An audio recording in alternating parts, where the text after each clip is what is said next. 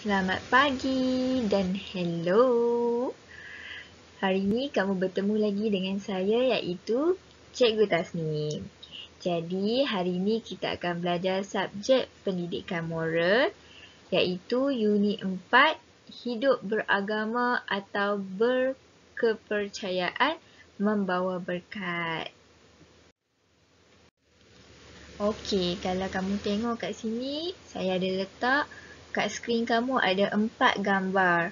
Gambar yang pertama ni diwakilkan dengan huruf A. Gambar ni menunjukkan sebuah apa? Menunjukkan sebuah masjid. Okey, kalau gambar yang kedua yang diwakili huruf B ni mewakili apa? Mewakili tokong atau wat. Okey.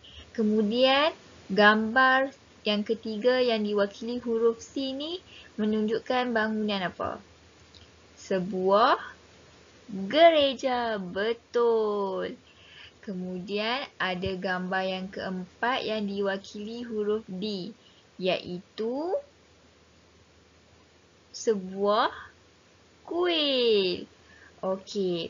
Berdasarkan gambar-gambar tersebut, kita boleh tahu kalau sebuah masjid ni apa penganut agama dia. Penganut agama dia adalah Islam.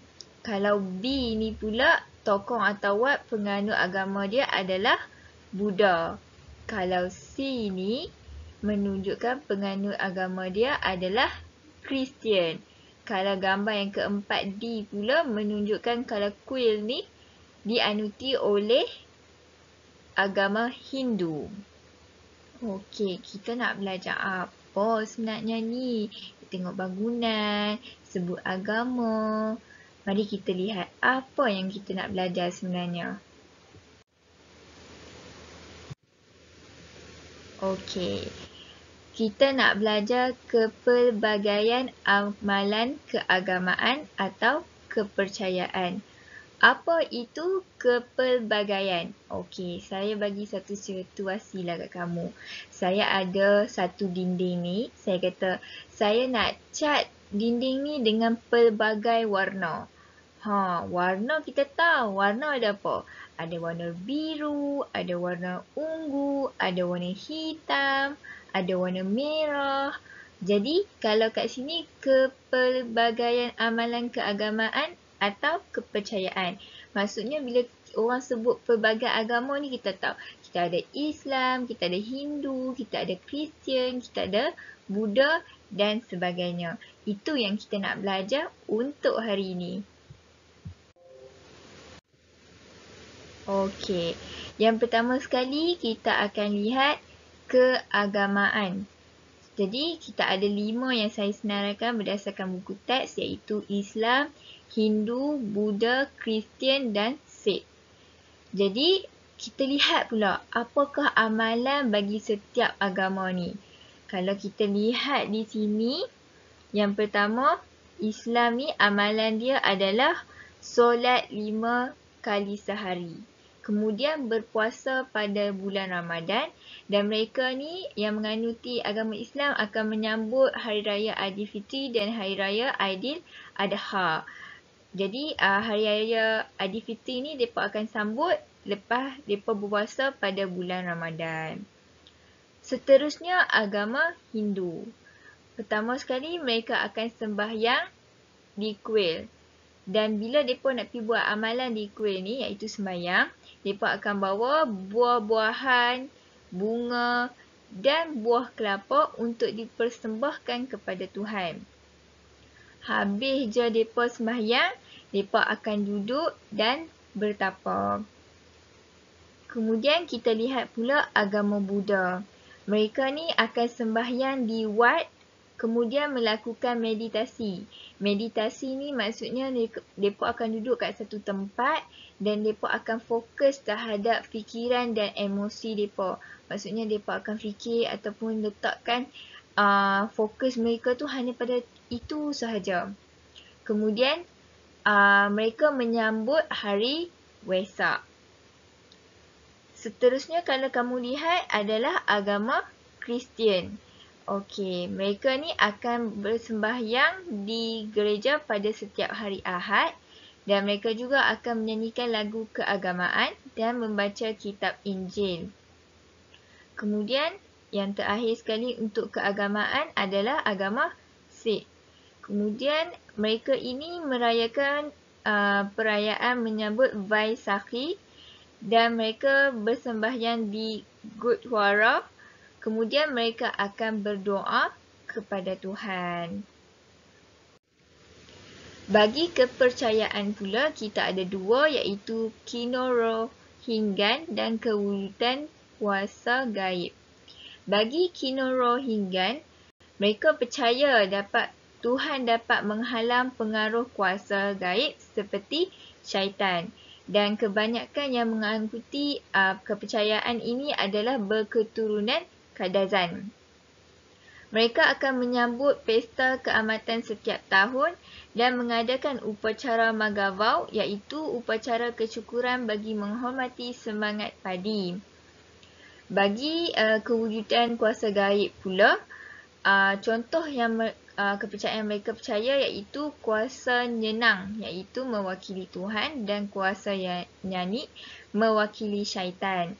Mereka ni kebiasaannya berketurunan orang asli Semai. Mereka percaya bahawa setiap keburukan dan kebaikan yang dilakukan oleh manusia pasti ada balasannya. Mereka ni sambut hari menuai. So kalau kamu tengok kepercayaan ni biasanya mereka ni dianuti oleh etnik-etnik di Sabah dan Sarawak. Kalau berbanding dekat Semenanjung Malaysia ni banyak yang mengamalkan keagamaan.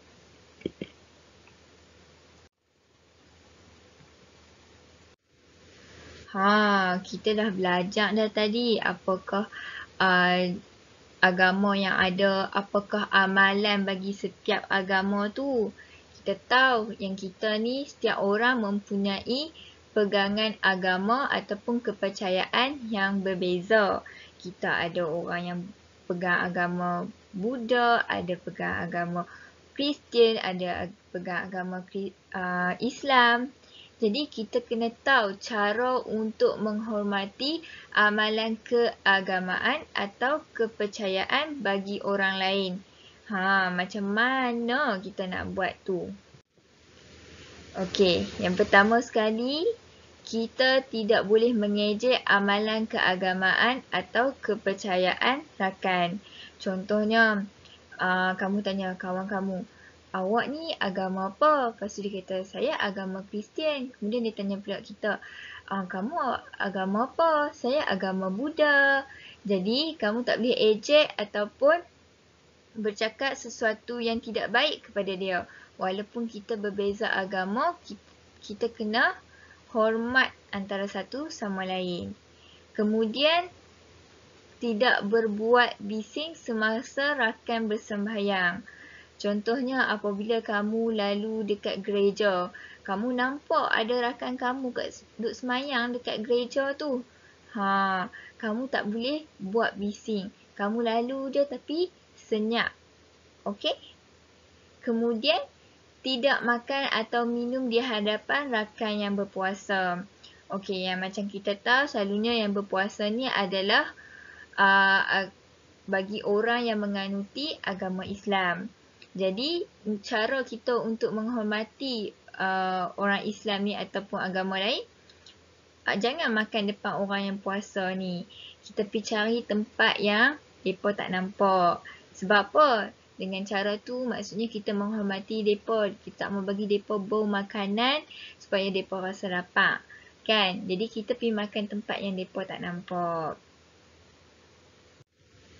Okey. Saya bagi contoh kepada kamu dalam cara menghormati amalan keagamaan atau kepercayaan orang lain. Okey, satu situasi ini, anda melalui kawasan perkuburan kaum lain. Kelihatan mereka sedang melakukan upacara di tanah perkuburan itu. Okey, macam mana cara kamu nak hormati ni? Kamu tidak mengeluarkan kata-kata atau pendapat yang boleh menyinggung perasaan kaum lain. Kalau kamu nak cakap sorry for your loss, takziah, itu boleh. Rest in peace, itu boleh. Tapi kalau kamu kata, saya ni tak suka dengan cara kamu lakukan kat tanah kuburan ni. Tu maksudnya kita menyinggung perasaan kaum lain. Jadi, tak boleh. Kita tak boleh tak boleh cakap lah dalam erti kata lain, kita tak boleh cakap ataupun bagi tahu mereka benda yang boleh buat mereka terasa hati, rasa nak marah. Okey? Jadi, tamatlah pelajaran kita hari ini. Jangan lupa buat latihan dan jaga SOP.